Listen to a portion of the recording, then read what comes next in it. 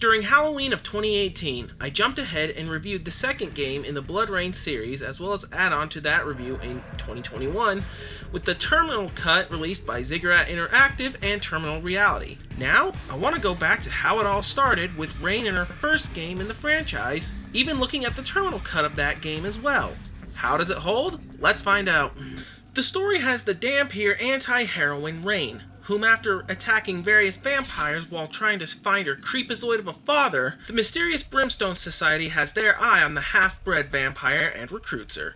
After a disastrous initiation in Louisiana, Rayne is sent on a mission towards Nazi strongholds in Argentina and Germany to hunt for the leading officer in charge of these heinous acts and further to try and halt a resurrection of a demon. As the old saying goes, the plot is simple, but it works. Like its sequel, BloodRayne is a vampire horror-themed action game, this time set before the Second World War, as some of the primary antagonists are, of course, Nazis working in cahoots with evil creatures of the night. And not only will Rayne be ordered to hunt down high-ranking officers on what appears to be the leaders of Nazi secret schemes, she must also fight said creatures, even if they do end up attacking Nazis as well. With that, Rayne will have her various vampire powers, like being able to pick up heat signatures, slow down time for faster speed, unleash her vampire rage and wreak havoc, and will even get a magical eye to double as a sniper scope. Plus, beside her arm blades, she will use various weapons she picks up from grenades to even guns. From dual-wielding pistols and submachine guns to carrying some heavy weaponry like rocket launchers, heavy machine guns, and even rifles that, when paired with her magical eye, can be used to snipe. And I'll admit, the gunplay isn't the best, as there could be an aiming or a lock-on system to make it more fun to use. I know I mentioned that there is a sniper mode, but it isn't that useful, as you can get by without it most of the time. That being said, when you have dual submachine guns, it does get fun to blast Nazis while you're going akimbo, like you're in a movie by John Woo, or in something like The Matrix. But with vampires gunning down fascist scum. Though what also feels kind of weak is the melee combat. All you use is one button for Rayne to supposedly slice and dice, but until you build up your rage power-up where it does get really fun to cause gory carnage. In Rayne's regular form, however, minus a few cool animations, it's not very effective.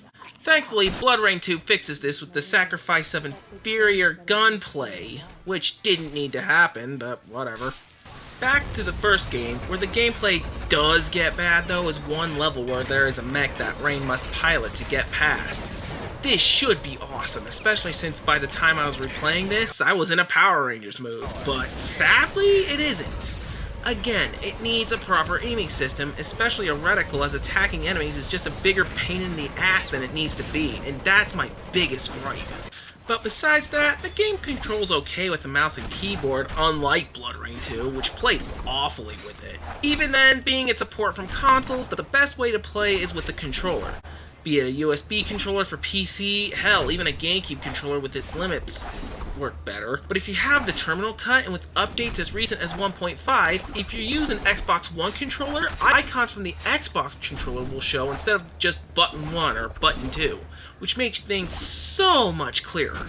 On a more weirder note, the original PC version and certain European versions of any other release censor some Nazi imagery, even though Nazism would still be referenced in dialogue.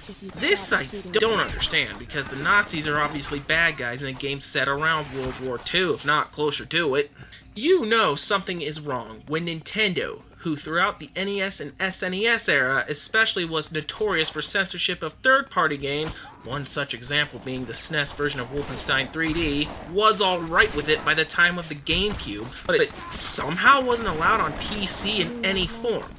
Plus, it's a mature-rated game. I understand LEGO not wanting to reference Nazism in LEGO Indiana Jones, a family-friendly franchise, but here? Come on! But again, as of recent patches for the Terminal Cut, the imagery was restored. As for the graphics, well, they have obviously shown their age, but it's nothing I don't think is too ugly. Sure, the facial movements are more static, but the dark and gothic environments of the game look great. The voice acting is pretty solid too, with admirable early work coming from modern voice acting legend Laura Bailey as Rayne, which had to have had some influence later on in her game voicing career, as she would voice Serana in Skyrim. Overall, BloodRayne is still some solid, cheesy, gory fun. Some versions have weird censorship, and the one level involving mechs is not fun. But even as you play horror movie monsters slaughtering Nazis and other beasts, you can't go too wrong with this.